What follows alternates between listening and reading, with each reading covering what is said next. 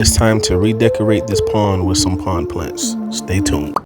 Yo, if you're new to the channel, thanks for watching Pond Saga 5.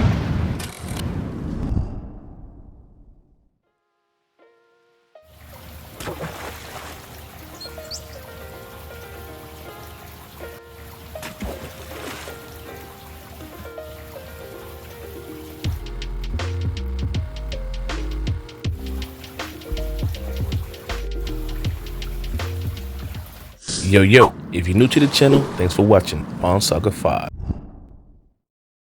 Doesn't really need much light. This right here is a golden pothos plant. This plant right here is extremely popular in the hobby because it helps to pull out nitrates from within the water. This right here is a water lily right here, and right now what I'm doing is I'm gonna prepare it for a floating basket that I'm gonna put in my pond. What you wanna do is take it out the basket, you wanna break it up, try to keep as much of the roots intact as you possibly can, and you wanna rinse these roots off. So that's what we're gonna get ready to do right now. We're gonna put this bad boy to the side like this right here. Since I'm preparing this plant for a floating basket, I'm trying to rinse out all the dirt because they put fertilizer in the dirt to help the plant grow, which in return will give me an algae bloom. Fertilizer is basically extra nutrients. And when you put that into a pond and then you have direct sunlight on top of that, that's gonna equal green water, and that's what I'm trying to stay away from. Now, since the roots are all clean, I'm gonna put it in this pot and I'm gonna put some pea gravel in the inside of it just to kind of weigh it down.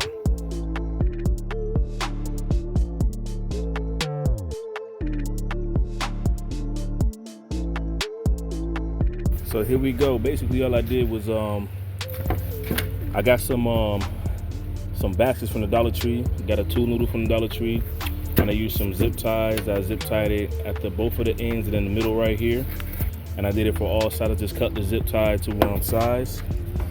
Here we have it. I have to make sure, I have to see how if these guys will float and how heavy it is. This one looks good. I may have OD'd on this one a little bit. I might take some of these rocks out because I think it may be a little bit too heavy. But we're gonna go ahead and test these bad boys out real quick. I won't know until I try. So probably gonna just start. I'll just start with this one first and see how this one floats. I think I'll make this one blue since it's going to blue pond. So y'all stay tuned. So far so good. It's still floating. I might drop the other one in here just to see how it goes, so I can have two of them in here side by side. So give me a second. All right, I hope it does not drown.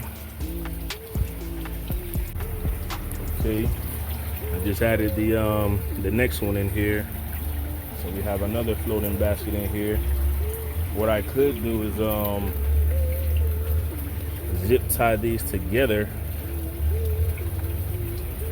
so that they'll be just on one side like this, but they'll always be on the same side. I can zip tie them together however I choose to do it. I got another plant that I'm gonna put in here. Off camera, I went and I got some lucky bamboo and I got some more elephant ears, and I made a few more planting baskets, and I also incorporated some plastic potting pots in here just to kind of give this pond some more color, to basically help to accent the fish and also to help give them some hiding spaces whenever it rains and it starts to thunder, or to help them, get some hiding spaces for when they want some alone time.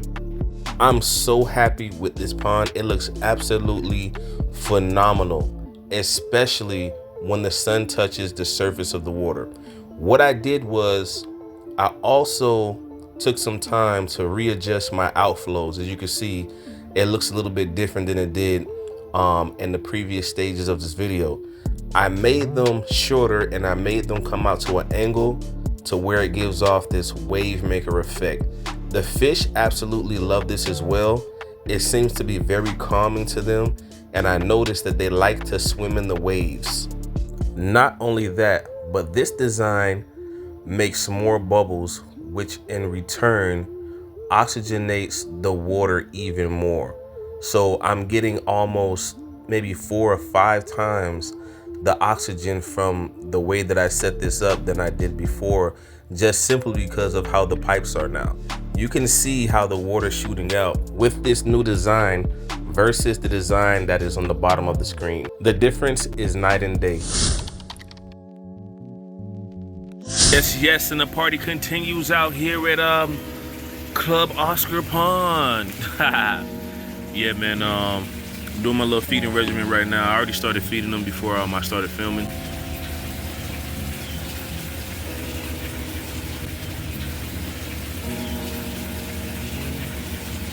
When you're feeding your fish, you don't want to feed them too much at a time. You want to feed them about the amount that they can consume in about 5 minutes. So here, I have some food right here that's floating right here, and I'm not going to feed them anymore until someone decides that they want to eat it. But I probably should put some sinking pellets in here, just simply because I have some bottom feeders that typically like to come out at night to eat. Oh, also while I'm at it, man, I don't know if you guys can see, but look right here on the side of the walls. That algae eater, that common pleco I put in here the other day, has been doing a phenomenal job. Man, these guys are super red today. Wow. Like, this camera does him no justice. He's actually been eating a good amount of algae off the walls, as you can see right here. I put him in here. He hasn't been in here for a week, I don't believe. And I'm debating, I have a couple of bottom feeders in here already, but I'm also been debating if I want to put my albino plecos in here. I kind of want to do, I want to, because I want him to get bigger, but I also need him in the tank right now to do cleanup duty for the tanks that I currently have. So he takes care of that. As you can see, my yo-yo loaches down here need some food, so I'm gonna see if I can throw some sinking pellets right there for them. Because they definitely came out to play. They usually hide for most of the part of the day, but they're coming out. As you can see, the other fish are trying to scare them around, but they're not scared of anything. And I'm really surprised that that the Oscars have not tried to eat them yet. I'm really surprised because, you know, they're kind of these yo-yo loaches are semi-aggressive, and they have I don't know what you call it, but they have these type of things on their face, kind of similar to clown loaches, where it hurts and they will stick you. Because I've been stuck already a few times by these particular ones, and that's probably why the Oscars don't typically want to mess with them, because they have those spur-like things on the front of their face. So I don't even blame them. Let's see if we can go around and wake up everybody else that seems to be sleeping, because I definitely have a few Synodontis catfish in here as well. So I'm actually curious to see where they are. I'm gonna pull these right here out, because this right here is for when the Oscars, if they decide to breed. I have this right here just in case if they decide to breed, that they can have a little space to lay their eggs on, number one. And number two, it'll be a lot easier for me to remove the eggs from the actual pond. Let's see if anybody is, where's everybody at? Let me see if I can move this over here in the middle. Let's see anybody in here. Oh, occupied. What's up, guy? See you in there. Okay, I'll put you back down. Oh, I guess you they're making use of their living quarters. I just saw 2 of my Synodontis catfish in there, and I don't see the pleco at all. So that means that he definitely has to be somewhere in this area over here. So I can move it. Where is he at? Oh, there's my my other Synodontis. He had a pleco right here hanging upside down. You guys probably can't see him, but he's in here hanging upside down, living his best life. Let's go ahead and see if I can connect. Where did I take this from? Oh, the tag thing fell off. That's no fun. But I guess this is just gonna have to float for the time being until I feel like fixing it, or maybe I got it from over here. No, I didn't. Let me put this back on there. So what I did with these baskets, I put a little bit of fishing line on them, basically. Where do I want to hang this at? I could probably hang it. I'm gonna hang it over here to the side. Get him out the way. Hang it over here to the side. Put some fishing line on here just so I can connect it to the back of these clips right here. Voila, back stationary. Everybody's looking good. My Synodontis catfish, I have some more. I have 4 in here total, so they're probably upside down, hanging upside down, these planters right here. So I'm not gonna go through that and try to bother them. But I just want to give you guys an update on the pond. I have a few mosquito fish in here, and I have some one molly in here, which I'm surprised the Oscars haven't been trying to eat the mosquito fish, which is shocking, because I kind of felt like, well, you know what? It's not shocking, because whenever they feel threatened, they probably just come and hide in these planters at night. They probably come out during the daytime just to get some food, and then they probably make their way back into these planters. So they probably don't give the Oscars a chance to eat them, which is you know, what I have it for. So they're able to hide. So that means that I could possibly put even more mosquito fish in here. But this water looks really clear, it's really pristine. These goldfish, man, I never really liked goldfish that much, because these goldfish actually started off as feeder fish, but my red-tailed catfish never made it around to eating them, and that's the only reason why they become so big. I never really liked common goldfish that much before, but just seeing them in this pond and seeing their colors, they're not really gold, they're like an orange, a bright orange, shiny orange color, and they're actually a lot bigger than they probably look when I'm recording them. They're probably about pushing maybe 8 inches, to be honest with you, and I've had them for less than a year. I've had them since last August.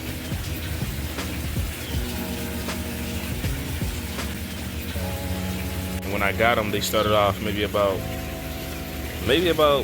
an inch, but nowhere near the girth that they are right now, which is crazy right now. Like, I never knew that they grew so fast, and I never really liked them until I had them inside of my pond, so I can actually see the beauty of having them. Because, you know, goldfish get a bad rap for being really messy. So that's really why I didn't particularly want any goldfish, because a lot of people say that they're dirty fish, that they're messy fish, but I mean, that can be true. And another reason why I never really wanted them is because when I had them when I was younger, they were overeat and die. And what I found out is goldfish don't actually overeat, to be honest with you. I think the problem happens is because once they start to eat a lot, and if you have them in like a small fish tank or a small bowl, all the poop and the nitrates build up when they're trying to release all their gases in their pee and their poop.